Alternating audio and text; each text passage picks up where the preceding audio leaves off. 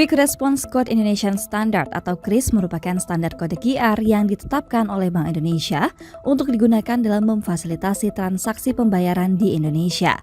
Teknologi ini memungkinkan semua transaksi pembayaran difasilitasi oleh satu kode QR yang sama, sekalipun instrumen dan sumber dananya berbeda. Bank Indonesia mencatat transaksi digital pada November 2025 tumbuh hingga 41,12% year on year hingga mencapai 4,66 miliar transaksi. KRIS menyumbang 1,68 miliar transaksi dengan pertumbuhan mencapai 143,64% year on year. Sejak diluncurkan pada 2019 hingga tahun ini, KRIS telah digunakan oleh 59 juta pengguna. Meski KRIS mencatat pertumbuhan yang signifikan, metode pembayaran non-tunai belakangan menjadi topik perdebatan setelah sebuah gerai roti menolak pembayaran tunai. Dalam sebuah video yang viral di media sosial, seorang laki-laki memprotes kasir gerai roti O di halte Transjakarta Monas karena menolak pembayaran uang tunai dari seorang nenek. Menanggapi persoalan tersebut, manajemen Roti O meminta maaf atas ketidaknyamanan yang ditimbulkan. Mereka beralasan penggunaan aplikasi dan transaksi non-tunai di gerai bertujuan memberi kemudahan serta berbagai promo dan potongan harga bagi pelanggan setia. Merespons kasus tersebut, Bank Indonesia menyatakan setiap orang dilarang menolak menerima rupiah sebagai alat pembayaran kecuali karena terdapat keraguan atas keaslian rupiah. Hal ini sebagaimana tertuang dalam Undang-Undang Nomor 7 Tahun 2011 tentang mata uang Pasal 33 Ayat 2. Meski begitu, Direktur Eksekutif Departemen Komunikasi BI, Ramdan Dini Prakoso menekankan bahwa undang-undang tersebut hanya mengatur penggunaan mata uang rupiah dan bukan pemilihan metode atau kanal pembayaran. Dedi menjelaskan, mengacu pada ketentuan tersebut, masyarakat dapat menggunakan rupiah melalui kanal tunai ataupun non-tunai seperti kartu atau KRIS dalam setiap transaksi. Bank Indonesia, ucap Deni, terus mendorong penggunaan pembayaran non-tunai karena cepat, mudah, murah, aman, dan andal.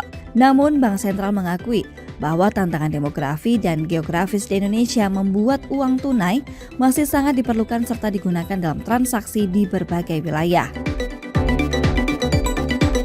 Anggota Steering Komite Indonesia Fintech Society atau IFSOC, Diah Mahijani, menilai pelaku usaha diperbolehkan hanya bersedia menerima pembayaran non-tunai.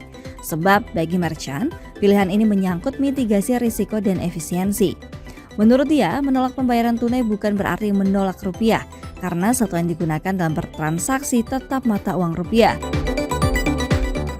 Namun, kata dia, Bank Indonesia perlu mendudukan kembali persoalan pembayaran tunai versus non-tunai dalam tatanan ketentuan hukum.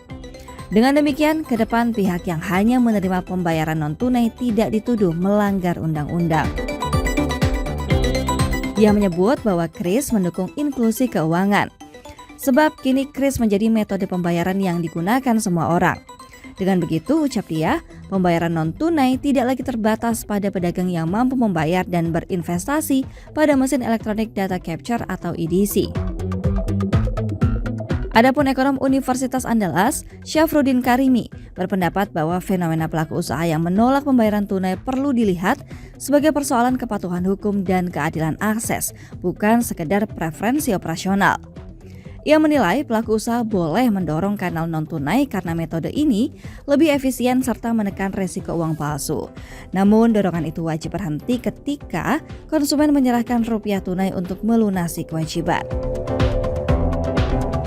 Syafruddin berpendapat praktik cashless only yang menutup pintu bagi kelompok rentan justru merusak legitimasi digitalisasi pembayaran.